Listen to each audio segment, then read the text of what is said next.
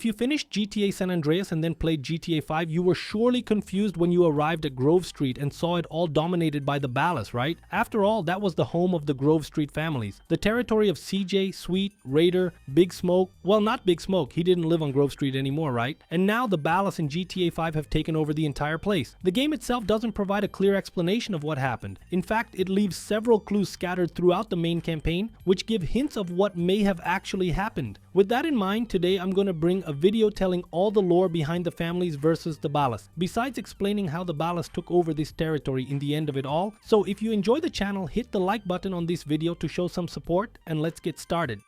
The truth is that this gang beef is much older and deeper than it seems. We'll have to go back in time to understand how the families and the Ballas were born, why they are rivals, and how this war has crossed generations, leading to the downfall of the families. The triumphant return in 1992, which is around the time of GTA San Andreas, until it culminated in the Ballas' domination over Grove Street in 2013 in GTA 5. It is important to make it clear that the events of GTA San Andreas and GTA 5 are not directly connected, since they are different universes, as Rockstar itself says. However, it is common for Rockstar to make references and provide clues, as well as a lot of information that can be useful even between different universes. So with all this stuff we have here between the two games, we can know exactly what happened, or at least almost 100%.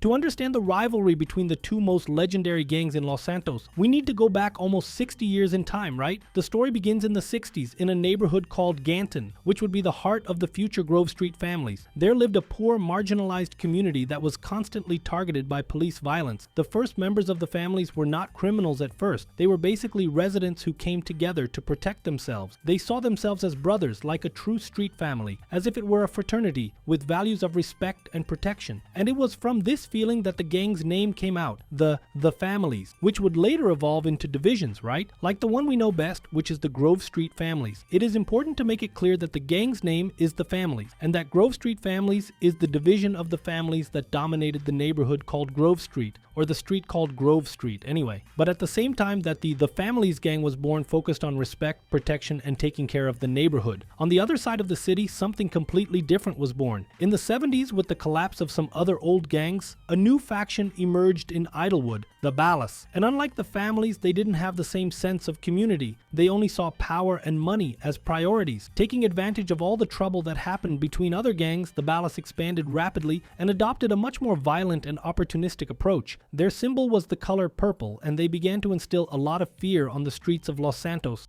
Over the years, both gangs grew, and especially in the 80s, the war between these two gangs intensified a lot, while the families tried to maintain an image of community resistance or something like that. The Ballas dived headfirst into drug trafficking, especially crack, which was starting to spread very rapidly across the United States. As a result, the Ballas quickly became rich. They had more weapons, more soldiers, more members, influences. Meanwhile, Grove Street refused to get involved with heavy drugs, as is made clear throughout various dialogues during the GTA San Andreas campaign. Sweet CJ's older brother wanted to keep the gang clean. They could commit other crimes and such, but not drug trafficking, because that would affect the neighborhood, and the neighborhood was the base of the Grove Street families. However, this choice left Grove Street in a way vulnerable, because the Ballas were growing and buying everything and everyone, including corrupt cops. In addition, easy money and power began to attract young people on the streets. Some guys who weren't even part of a gang started to become members of the Ballas with the promise of making a lot of money, and even some members of Grove Street abandoned the families and joined the Ballas, seduced by the promise of wealth and instant respect, while others, simply due to addiction, tried crack and became addicted. This way, some of them start working for the Ballas just to be able to get drugs to sustain the addiction. And it was during this period that Grove Street began to fragment. Internal factions increased, and the lack of unity and respect among them opened space for betrayals and internal disputes. The peak of Grove Street's fall, I think it was there in 1987, with the murder of Brian Johnson, CJ and Sweet's younger brother. The crime shook the entire Grove Street, and rumors said that the Ballas were behind it. But without evidence, they kind of couldn't do anything. This tragedy broke the gang from within, and CJ, devastated there, tired of internal fights and such, he decided to leave Los Santos and move to Liberty City to try to start over. His departure by the gang members was seen as an act of cowardice by some. For lower ranking members, it was also seen as the end of hope. And as Grove Street was falling apart, the Ballas took advantage of the moment. Since they had money, weapons, and drug trafficking connections, they expanded their territory, dominating regions that used to belong to the families and also to Grove Street. CJ's absence paved the way for the gang's definitive decline, not because CJ was already an amazing guy in 1987, but because of the sense of abandonment that other members felt with his departure. Years later, at the beginning of the GTA San Andreas campaign, already in 1992, CJ returns to Los Santos after receiving the news of his mother's death, Beverly Johnson, who was murdered in an attack most likely orchestrated by the Ballas, but until then they had no proof, right? When CJ returns to Los Santos, the scenario is one of devastation. Grove Street is basically a shadow of what it used to be. The Ballas now dominate all the streets basically. The police are corrupt and serve the Ballas since the Ballas are paying them. And the morale of the family's gang is in ruins. It's way down there. It is also made clear that CJ's mother is not the only member of the families who had recently died when CJ arrives. During the first mission, Sweet shows the reality of the gang to CJ. There were several dead bodies buried there in the same cemetery, and how the gang was extremely weak. What, apart from your mother being dead? Things are going real bad. Here, let me show you running, man. Tony's buried over there. Little devil over there.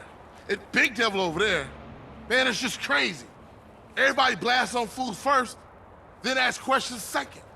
After some discussions and disagreements, CJ reunites with Sweet and starts rebuilding the families from Grove Street families. He recruits new members, seeks alliances, and begins a territory takeover war. This phase of GTA San Andreas is kind of the peak of the war. Block invasions, intense shootouts, revenge. But behind it all, there was still something more serious. It wasn't just the Ballas that were taking down Grove Street. Two of CJ's old friends, Ryder and Big Smoke, betrayed the Grove. The two allied with the Ballas and the corrupt police, which in this case was the Crash Unit, accelerating the gang's destruction from within. After the mission Green Saber, CJ discovers the truth about Ryder and Big Smoke and is sent out of town. Living in San Fierro and later in Las Venturas, CJ makes incredible connections and starts working with people who would give him enough strength to then return to Los Santos and get his brother Sweet out of prison. It is important to make it clear that CJ, he doesn't come back for the families, okay? He doesn't come back for the gang, he comes back just for Sweet, because he himself no longer believed in the gang and the feeling that created it, which was to protect the community. However, when he goes to get Sweet out of prison, Sweet makes it clear that he will take care of the neighborhood and his roots and rebuild the gang, as you can see in this cutscene.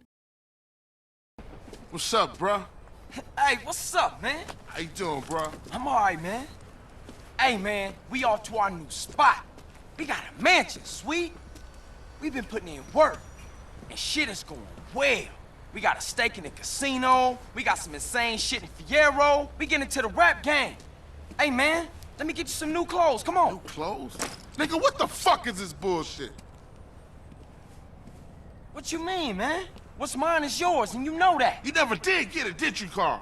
I need to go check on things in the hood. Man, that's the problem. You always a perpetrator, running from what's real. Hey, man, shit's fucked up there. You don't want to be in the hood. No, that's exactly where I want to be. What you done for our hood? Man, what the hood done for me?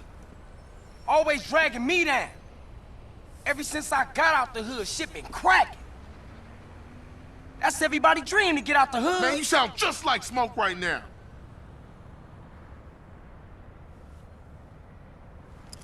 All right, man. You hard.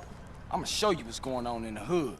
CJ then feels guilty and decides to help his brother rebuild the gang again. At this moment, the Grove Street from GTA San Andreas had already been taken over, and they start a war to reclaim this territory. After defeating the Ballas from Grove Street and re-establishing themselves, they form a base to gain even more territory and respect, until in the end, they locate the new boss of the traffic, which is Big Smoke, and defeat him and Officer Tenpenny in the final mission of GTA San Andreas. The campaign of GTA San Andreas ends in 1992 with Grove Street at the top of the gang food chain, exerting influence and power over all of Los Santos. However, in 2013 in GTA 5, the scenario is completely different. The remaining gangs, like the Chamberlain gangster families, of which Franklin and Lamar are a part, are just fragments of what the Grove Street families once were. The original Grove Street, the one of CJ and Sweet, no longer exists in GTA 5, and now the Ballas dominate the territory, dressed in purple and walking on the sidewalks where the families once made history. The game doesn't give clear clues as to what happened right at the beginning, but by the end of GTA San Andreas and through dialogues and missions in GTA 5, We get hints of what happened to this place that marked the childhood of many people. To find out more about what happened to Grove Street families in GTA 5, using the protagonist Franklin, we must hang out with Jimmy. Jimmy has a lot of interest in the gang world, basically an uncontrollable desire to be part of this world and join the families, so he keeps touching on these subjects, hoping that Franklin will recruit him. And this generates dialogues with several clues about what happened and whether the Grove Street that existed in GTA San Andreas was similar or the same as the one that existed in 1992 in GTA 5. Check out these two dialogues between Jimmy and Franklin that have some really cool stuff.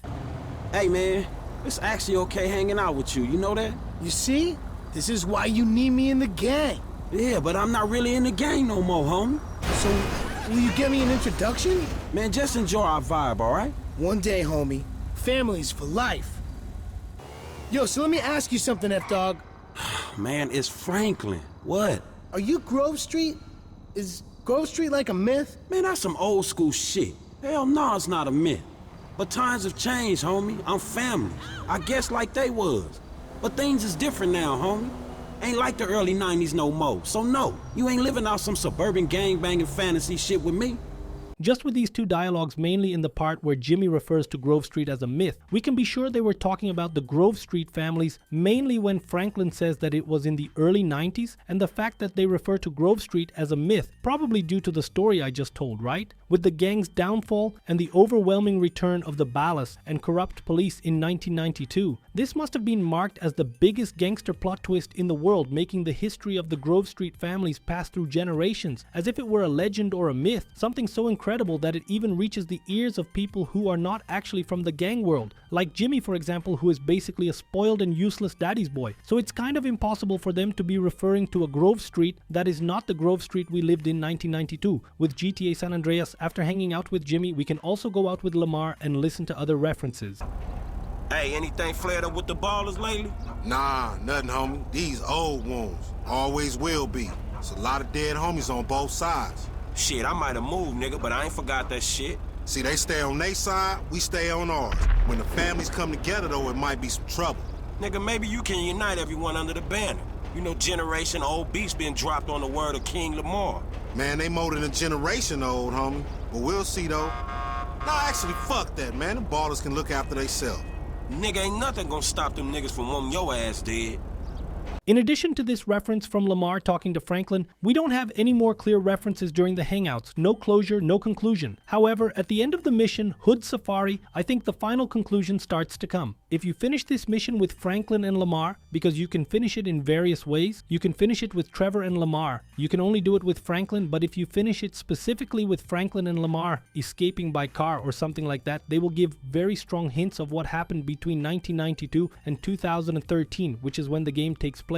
During the conversation at the end of this mission, they even state that the former leaders of Grove Street now live elsewhere, living as businessmen in some suburban area with trucks and other things like that. Just take a look. Hey, you know Grove Street used to be family hood. Grove Street family? Man, long time ago. Man, what happened to them dudes? Shit, I don't know. Could be dead. Shit, or could be CEOs by now. Or probably living in some suburb somewhere driving SUVs and shit, you know, soccer moms and shit, coaching little league football teams. Yeah, the suburban flight, huh? Probably so. That's gonna be me and you one day, dawg. If we lucky, man. Shit, at the moment, it looks like we gonna end up the other direction.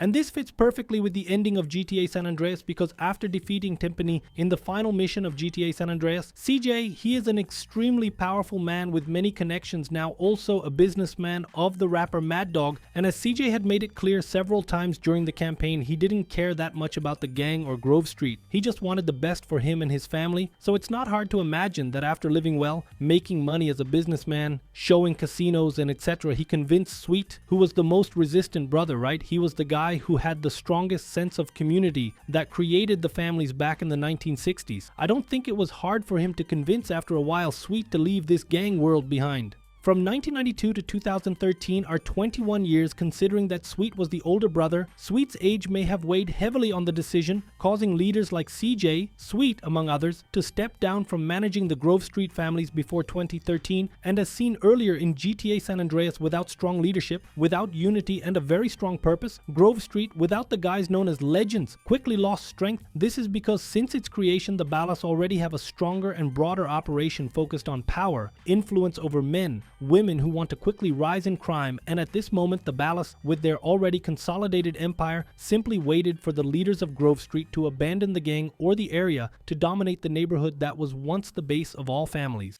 In the end, the Ballas didn't just take over Grove Street with guns. It wasn't just in shootouts the Ballas took over Grove Street with a strategy that recruited members more easily, members willing to do anything for money and power. They waited for the natural decline of the families after the legendary leaders aged and left, and simply took over the territory without much difficulty. Because the strength of Grove Street wasn't in the structure itself, it was in the leaders who could keep everyone strong even without being as dirty as the Ballas. Basically, what started as a war of ideals in the 60s and 70s ended in silence in the 21st century, and now in GTA 5, Grove Street is basically just an address, a reminder of those who lived in that time that was a symbol of a time when Los Santos had green heroes facing the Purple Empire and created a legend that lasted generations.